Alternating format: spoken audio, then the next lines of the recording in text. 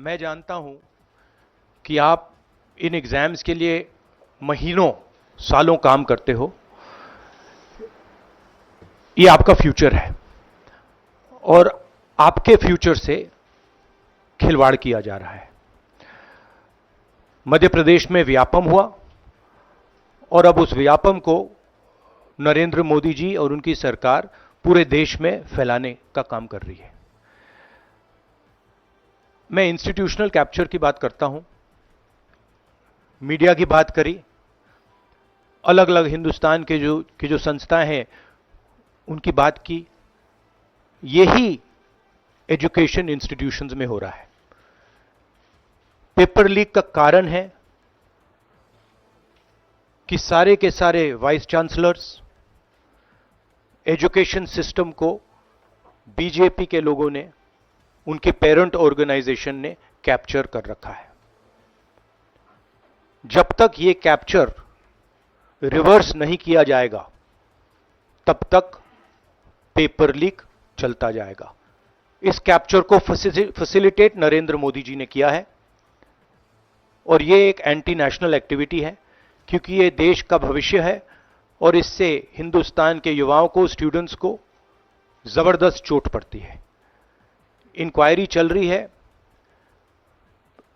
एक को आपने कैंसिल कर दिया है, अब पता नहीं दूसरे को कैंसिल किया जाएगा या नहीं किया जाएगा, बट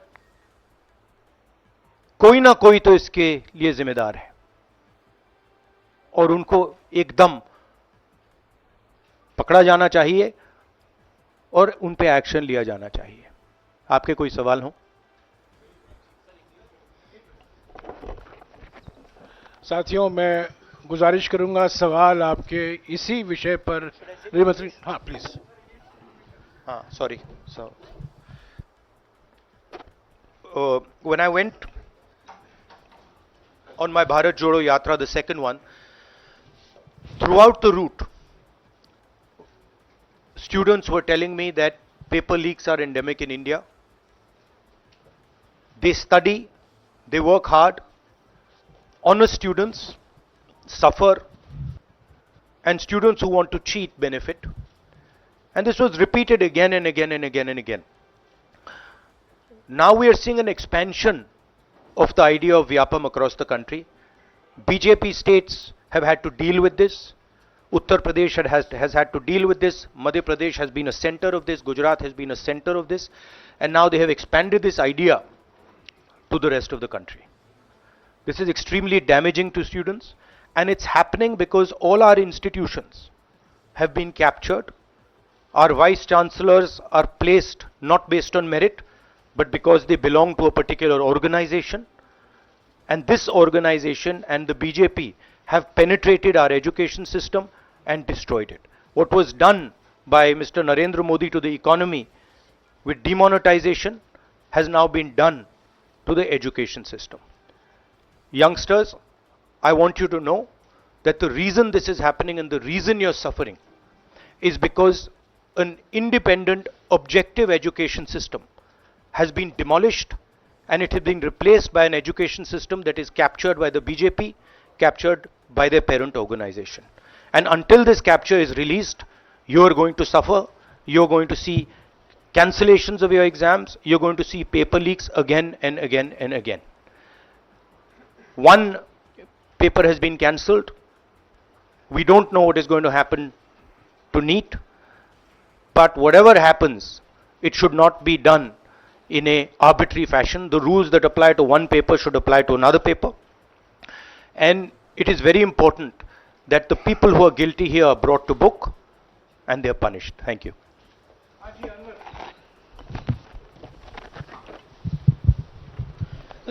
सर, सोमवार से संसद का सत्र शुरू हो रहा है, तो क्या आप निजी तौर पर लोकसभा में इस विषय को उठाएंगे और आप यह मांग करेंगे कि प्रधानमंत्री मोदी खुद सदन में आकर जवाब दें इस विषय पर, क्योंकि ये छात्रों के भविष्य से जुड़ा विषय है? हाँ, बिल्कुल सिंपल क्वेश्चन। हाँ, उठाएंगे, पार्लियामेंट हाउस में उठाएंगे।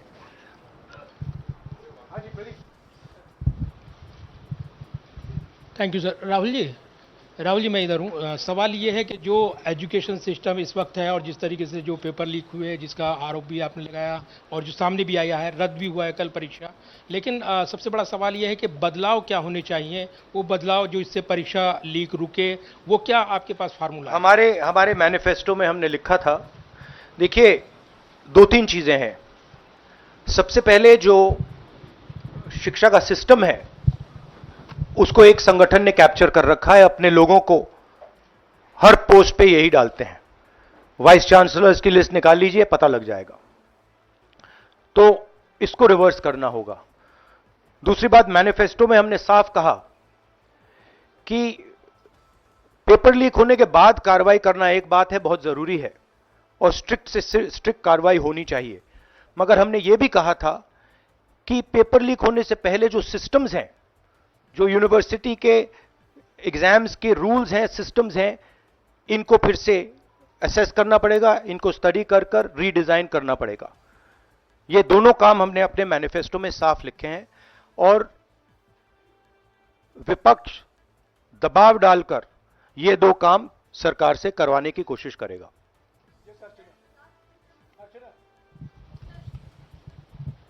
Rahul, do you think so? This is a education emergency, and till now, what is the stand? Government ने जितना भी stand लिया, do you satisfied with that stand? और सर मेरा दूसरा सवाल भी है, जिस तरीके से आप आज स्टूडेंट से मिल रहे हैं, आज let me answer the question. See, there is a huge pressure on our students, and the pressure comes from a number of directions. The first direction is the large scale unemployment that is there in the country. Everybody understands it, everybody knows it, and one of the reasons the government suffered in this election was that all youngsters believe that Mr. Modi is incapable of solving the employment problem. So that's the first thing. Second thing is there's huge pressure because of this, and there are very few avenues for students in all areas, right? So you've cut off the job avenue. Now you're cutting off the exam avenue. You're saying, you can take an exam, you can study, you can work as hard as you want. On the last date, we're going to tell you that the exam is cancelled. So, that avenue is also shut. You've shut avenues like Agniveer. You've shut avenues like the public sector. So the youth of India have nowhere to go. It doesn't matter whether you're an IIT graduate, IIT student, or you're trying to join the army. The youngsters in India simply have no way through. And it's not just an educational crisis. It's a crisis in pretty much every sphere that we are facing. Now, before the elections, it was very clear that there was massive control of the media, massive control of the other institutions, so people were quiet. Now people are very clear that we're sitting on a disaster and we've got a government that is crippled, cannot do the job. It's literally walking around on one leg, right? So, yes, it's a crisis. It's a profound national crisis. It's an economic crisis. It's an educational crisis. It's an institutional crisis. So, but I don't see any response. I don't even see the capability of a response, right? So, हाँ नहीं 1 second, Bihar का भैया हमने कहा है कि inquiry होनी चाहिए और जो भी जिन्होंने भी पेपर लीक कराया है उनके खिलाफ कार्रवाई होनी चाहिए। राहुल जी, चूंकि ये मामला नेशनल लेवल पे भी एग्जाम्स में हो रहा है, स्टेट लेवल्स में भी एग्जाम्स में कई जगह इस तरह के पेपर लीक की घटनाएं होती है और करोड़ों छात्रों का जीवन अधर में लटक जाता है। आपको लगता है कि एक सख्त कानून बनाने की जरूरत है संसद में कि इससे निपटने के लिए? कैसे होगा, क्योंकि छात्रों का जीवन सख्त कानून आफ्टर द फैक्ट है, वो होना चाहिए, मगर अगर आप मेरिट के बेसिस पर लोगों को नहीं जॉब देंगे, अगर आप आइडियोलॉजिकल लोगों को वाइस चांसलर बनाएंगे, इनकेपेबल लोगों को वाइस चांसलर बनाएंगे, एग्जाम्स के जो स्ट्रक्चर्स हैं, एग्जाम लेने के स्ट्रक्चर्स हैं, उनमें आप आइडियोलॉजिकल लोगों को डालेंगे तो यह काम होगा। ये इसका सबसे बड़ा कारण BJP and its parent organisation ने जो कैप्चर किया है ये है। और अगर आप कल्प्रिट ढूंढना चाहते हैं तो मैं आपको बताता हूं जिन लोगों ने हिंदुस्तान के इंस्टीट्यूशंस को डिस्ट्रॉय किया है, जो पहले ऑब्जेक्टिव हुआ करते थे, इम्पार्शल हुआ करते थे, वो आज इम्पार्शल नहीं है, ऑब्जेक्टिव नहीं है, आइडियोलॉजिकल बना दिए गए हैं और मीडियोकर लोगों को इन इंस्टीट्यूशंस में बैठा दिया गया है। इसका मेन कारण यह है, और इसका आप एपिसेंटर देखिए, पूरा देश जानता है, युवाओं आप सब जानते हो कि इसका पहले एपिसेंटर मध्य प्रदेश हुआ करता था, वहां पे 40-50 लोगों की हत्या हुई थी, ये तब शुरू हुआ था। आप जानते हो कि गुजरात में, उत्तर प्रदेश में और मध्य प्रदेश में इन चीजों का एपिसेंटर है। और आप यह भी जानते हो कि बीजेपी के लोग कहते हैं कि हमारी लेबोरेटरी मध्य प्रदेश और गुजरात है। तो लेबोरेटरी से यह काम शुरू हुआ है और अब यह काम देश में फैल रहा है और आपका इससे नुकसान हो रहा है। जब तक यह रिवर्स नहीं किया जाएगा, जब तक हिंदुस्तान के इंस्टीट्यूशंस इनके हाथों से नहीं छीने जाएंगे और इफेक्टिव, ऑनेस्ट, इम्पार्शियल लोगों के हाथ में नहीं जाएंगे, तब तक यह होता रहेगा। और मैं आपको बता रहा हूं, जब तक बीजेपी रहेगी यह बढ़ता जाएगा।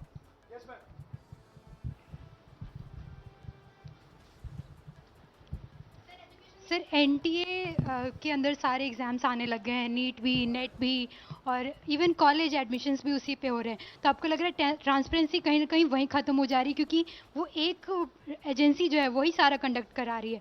तो आपने पार्लियामेंट में इस मुद्दे को उठाने को सोचा है कि एनटीए को कहीं खत्म करने की जरूरत है या बदलाव करने की जरूरत है? नहीं, देखिए, अगर हिंदुस्तान में बहुत सारे ऑनेस्ट लोग हैं, बहुत सारे ऑब्जेक्टिव लोग हैं, अगर ऑब्जेक्टिव लोगों को, ऑनेस्ट लोगों को आप ये काम दोगे, पेपर लीक नहीं होगा।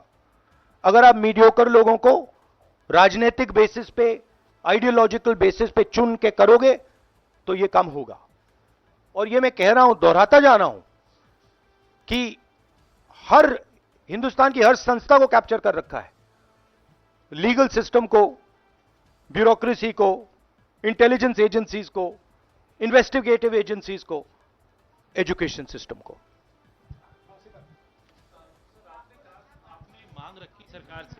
आपने अपनी मांगे रखी हैं सरकार से, लेकिन सरकार के पक्ष पहले ही सामने आ गया। एनटीए को जो एनटीए है एजेंसी, उसको क्लीन चिट एक तरीके से एचआरडी मिनिस्टर ने पहले ही दे दी है। तो सरकार का तो कहीं ना कहीं पक्ष साफ दिखाई देता है। आगे आप लोग कैसे जाएंगे इसको? उनकी क्रेडिबिलिटी इन बातों में है ही नहीं। वो क्लीन चिट दें उसका कोई मतलब ही नहीं है, उनकी जीरो क्रेडिबिलिटी है। सब लोग जानते हैं कि एपिसेंटर मध्य प्रदेश, गुजरात एंड उत्तर प्रदेश। सबसे ज्यादा मेरी यात्राओं में सबसे ज्यादा पेपर लीक की बात यहीं आई थी, उत्तर प्रदेश में आई थी, मध्य प्रदेश में आई थी।